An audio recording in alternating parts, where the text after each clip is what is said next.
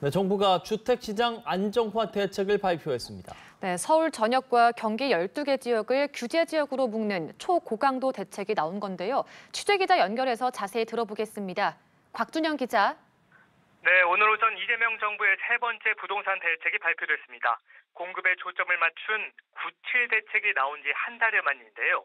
규모와 강도 모두 이전 두 번의 대책들과 비교해 압도적으로 크고 강력합니다. 먼저 정부는 주택시장 불안이 확산되고 있다는 판단하에 서울 전역을 규제 지역으로 묶었습니다. 강남 3구와 용산구는 조정 대상 지역과 투기과열 지구 지정을 유지하고 나머지 서울 21개 자치구까지 범위를 확대한 겁니다.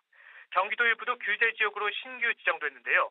과천시와 광명시, 성남시 분당구, 수원시, 영통구 등 12개 지역이 대상입니다.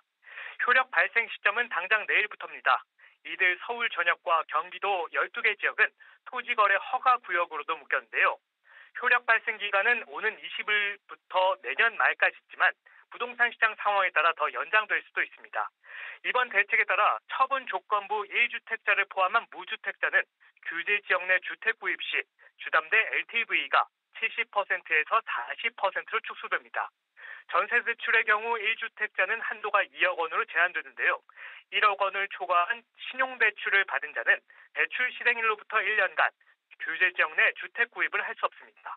여기에 토지거래 허가 구역으로 지정된 만큼 주택 구입 시 실거주 의무가 있어 갭투자가 전면 차단됩니다. 예, 대출 등 부동산 금융 규제도 대폭 강화됐는데요. 이 부분도 짚어주시죠.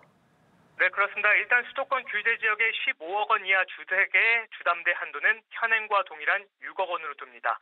하지만 15억 원 초과, 25억 원 이하 주택은 4억 원, 25억 원 초과 주택은 2억 원으로 대출 한도를 차등 적용하기로 했는데요. 수도권과 규제 지역 내 주담대에 한해 스트레스 DSR 금리도 1.5%에서 3.0%로 상향 조정됩니다. 1주택자가 수도권과 규제 지역에서 임차인으로서 전세 대출을 받는 경우 이자 상환분은 돈을 빌린 사람 DSR에 반영됩니다. 강화된 대출 규제는 시차를 두지 않고 내일부터 즉시 적용됩니다. 관심이 쏠렸던 세제 부분은 일단 합리화 방안을 마련하겠다는 선에서 그쳤습니다.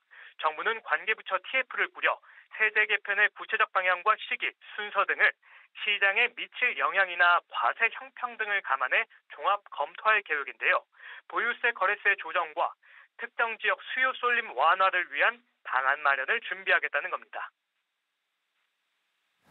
네, 부동산 불법 행위에 대한 방안들도 나왔죠. 네, 그렇습니다. 정부는 국무총리 소속으로 감독기구를 설치하고 부동산 불법 행위에 대한 범정부적 대응에 나서기로 했습니다. 특히 전세 사기나 가격 띄우기 등 사회적 이슈에 대해선 직접 수사하겠다는 방침입니다.